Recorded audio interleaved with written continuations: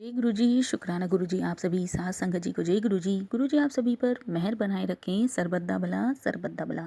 संगत जी, आज का सत्संग नरेश गुप्ता अंकल जी का है।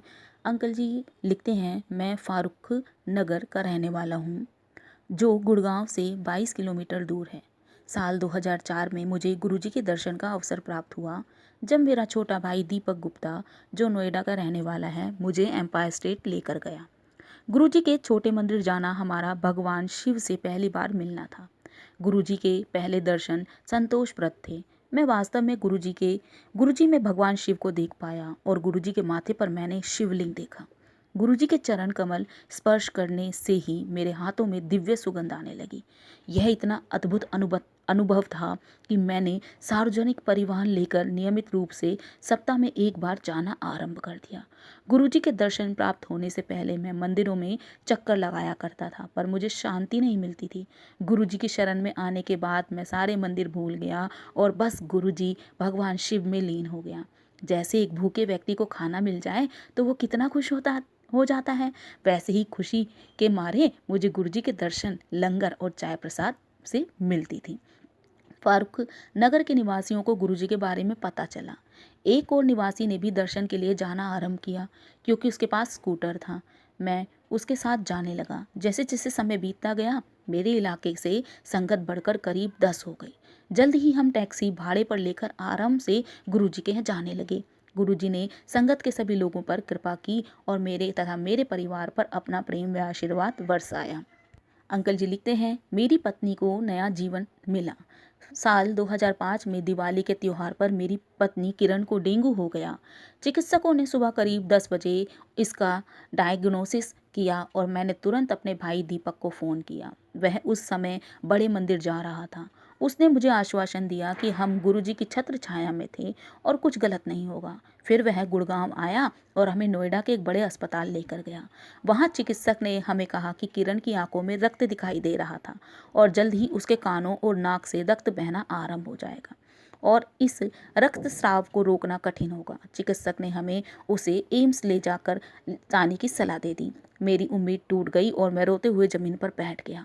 दीपक ने चिकित्सक को कहा कि उसे किरण को एडमिट करना होगा और हमारे गुरुजी उसका ख्याल रखेंगे। दीपक ने चिकित्सक से यह भी कहा कि वह बस इस बात का ध्यान रखे, जो भी इलाज होना हो वो होता रहे। बहुत दबाव डालने पर अंत में किरण को वहां एडमिट किया गया और हमें उसके लिए रक्त और प्लेटलेट्स का प्रबंध करने के लिए कहा गया। गुरुजी की कृपा से तुरंत ही ये प्रबंध हो गए और किरण को आईसीयू में ले जाया गया। शाम को दीपक बड़े मंदिर गया और उसने गुरुजी से किरण के लिए प्रार्थना की। मैं और मेरा परिवार सारी रात आईसीयू के बाहर रहे। सुबह को जब चिकित्सक ने उसकी जांच की तो वह बोली कि किरण की किडनी और लीवर अब तक बहुत खराब हो गए थे, जिसके कारण उसका शरीर सूज गया था। गुरुजी में पूरा विश्वास रखते हुए हम उनसे प्रार्थना करते ही रहे। बुधवार का दिन था और मैंने गुरुजी के छोटे मंदिर जाने का निश्चय किया, इस आशा के साथ कि गुरुजी के दर्शन हो जाएं। परंतु वहां पहुंचकर मैंने देखा कि दरवाज़ा बंद था। मैं वहीं बाहर बैठ गया और गुरुजी से प्रार्थना करने लगा। साथ ही मैं रोज भी जा रहा था। एक सेवादार बाहर आए और उन्होंने मुझसे मेरी परिस्थिति के बारे में पूछा। जब मैंने गुरुजी के दर्शन करने के लिए कहा तो वह बोले कि गुरुजी केवल संगत वाले दिन ही मिलेंगे और उनके दर्शन के लिए मुझे बृहस्पतिवार से रविवार के बीच किसी दिन आना होगा। मैंने उनसे कहा मैं इस बात से अवगत था और मैंने उनसे वहाँ कुछ और देर बैठने के लिए निवेदन किया। वह मान गए और उन्होंने मुझे सुझाव दिया कि गुरुजी से कनेक्ट करने के लिए मुझे बड़े मंदिर जाना चाहिए था। गुरुजी बड़े मंदिर में हमेशा विद्यमान रहते हैं, उन सेवादार ने कहा। फिर वह अंदर चले गए और कुछ ही देर में दोबारा बाहर आए, मुझसे मेरा नाम और समस्या पूछने। फिर वह मेरे लिए चाय प्रसाद और लंगर लेकर आए और मुझे बोले चिंता करने की कोई आवश्यकता नहीं थी। वे बोले कि किरण बिल्कुल ठीक हो जाएगी। मैं जानता था कि ये शब्द गुरुजी से आ रहे थे और प्रसाद ग्रहण करके मुझ में नई ऊर्जा भर गई। जब मैं अस्पताल पहुंचा तो बहुत अच्छा अनुभव कर रहा था, परंतु चिकित्सक ने कोई उम्मीद नहीं दिखाई। उन्होंने परिस्थिति ऐसे समझाई, कोई चाहे 7वें माले से गिरे या 5वें माले से, मौत तो निश्चित थी। अगला दिन संगत का था और मैं गुरुजी के दर्शन के लिए मंदिर पहुंचा। अंत में जब मैं गुरुजी से आज्ञा लेने के लिए माथा टेकने पहुंच गया तो मैं अंदर से रो रहा था और गुरुजी से बोला कि किरण को डेंगू हो गया था। गुरुजी के निकट एक महिला बैठी हुई थी और उसने गुरुजी ने उनसे पूछा कि डेंगू कौन सी बीमारी होती है। फिर वह मेरी ओर मुड़े और मुझसे यह जादुई शब्द बोले कि वो ठीक हो जाएगी। गुरुजी का कथन पर्याप्त था सब कुछ पलट कर रख देने के लिए।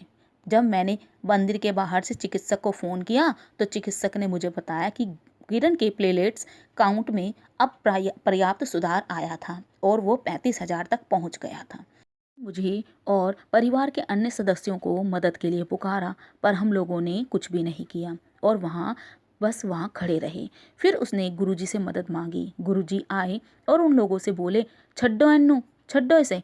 गुरुजी के ऐसे दृढ़ता से आदेश देने पर वह दोनों तुरंत चले गए। हमें बोध हुआ कि गुरुजी किरण को बचाने और आशीर्वाद देने अस्पताल आए थे। अगले 15 दिनों में किरण पूरी तरह स्वस्थ हो गई। जल्द ही उसे डायलिसिस की आवश्यकता भी नहीं रही। छुट्टी देते समय चिकित्सक ने उसे हर 3 महीनों में नियमित रूप से स्वास्थ्य जांच के लिए आने की हिदायत दी। गुरुजी की कृपा ने मेरे परिवार को एक बहुत कठिन समय से निकाला था।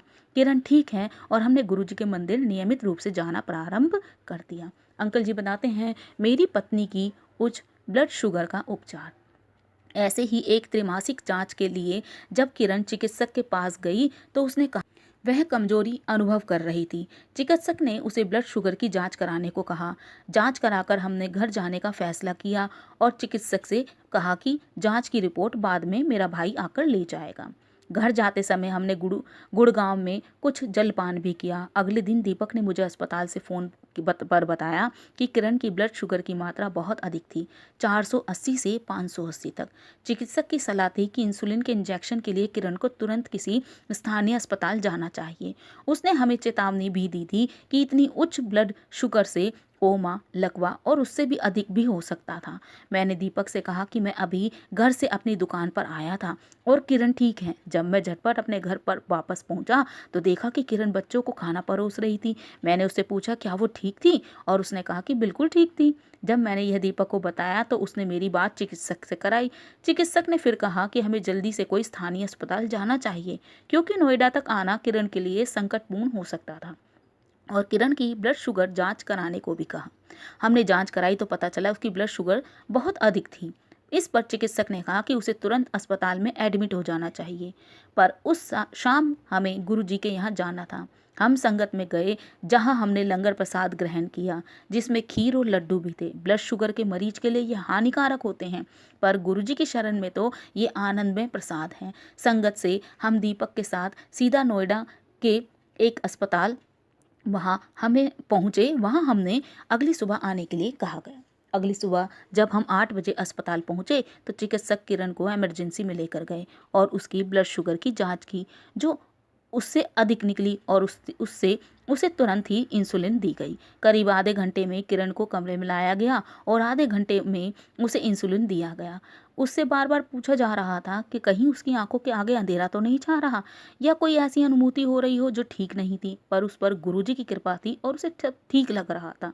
इंसुलिन की इतनी भारी मात्रा के कारण जल्द ही उसकी ब्लड शुगर गिरकर 77 पर आ गई, जिसने फिर चिकित्सकों को चिंता में डाल दिया। कुछ समय के लिए किरण को ग्लूकोज चढ़ाया गया जिससे फिर उसे ब्लड शुगर बढ़ गई। ब्लड शुगर के इतने उतार चढ़ाव के कारण हमें अस्पताल में 1 हफ्ता रुकना पड़ा। बृहस्पतिवार को हमने दबाव डाला कि किरण को छुट्टी दे दी जाए क्योंकि हम गुरुजी के दर्शन के लिए जाना चाहते थे। चिकित्सक इसके लिए मान गए लेकिन उन्होंने किरण को नियंत्रित आहार लेने के लिए कह दिया था। साथ ही इंसुलिन का नित्य कर्म करने के लिए कहा था जिसका कड़ाई से पालन करना होगा क्योंकि हमें गुरुजी के दर्शन और प्रसाद प्राप्त हुए थे। हमने उनसे प्रार्थना की कि किरण की इंसुलिन की इंजेक्शन बंद हो जाए। गुरुजी की कृपा से करीब 1 महीने में किरण ने इंसुलिन लेना बंद कर दिया और उसका स्वास्थ्य बिल्कुल ठीक हो गया। आज गुरुजी की कृपा से किरण एक स्वस्थ और खुशहाल जीवन व्यतीत कर रही है। वास्तव में जो भी संगत बड़े मंदिर जाती है और गुरुजी से जुड़ती है वो उनका प्रसाद और आशीर्वाद प्राप्त करती है और गुरुजी की शरण में आ जाती है। गुरुजी मंदिर में हमेशा विद्यमान होते हैं। गुरुजी के आशीर्वाद के प्रसंग तो बहुत हैं और मैं उनका व्याख्यान करता ही जा सकता हूँ। जब गुरुजी मुझे दोबारा इसका अवसर देंगे, वास्तव में मैं गुरुजी गुरुजी के और भी सत्संगों का अनुकरण करूँगा। सत्संग बताने में अगर मुझसे कोई गलती हो गई हो तो मुझे क्षमा कर दीजिएगा। जय गुरुजी, शुक्राना गुरुजी। संगत जी, बहुत ही प्यारा सत्संग था अंकल जी का और संगत जी आज मैं अपनी वाणी को यहीं विराम दूंगी। जय गुरु जी, शुक्राना गुरु जी। ओम नमः शिवाय, शिव जी सदा सहाय। ओम नमः शिवाय, गुरु जी सदा सहाय। जय जय गुरु जी।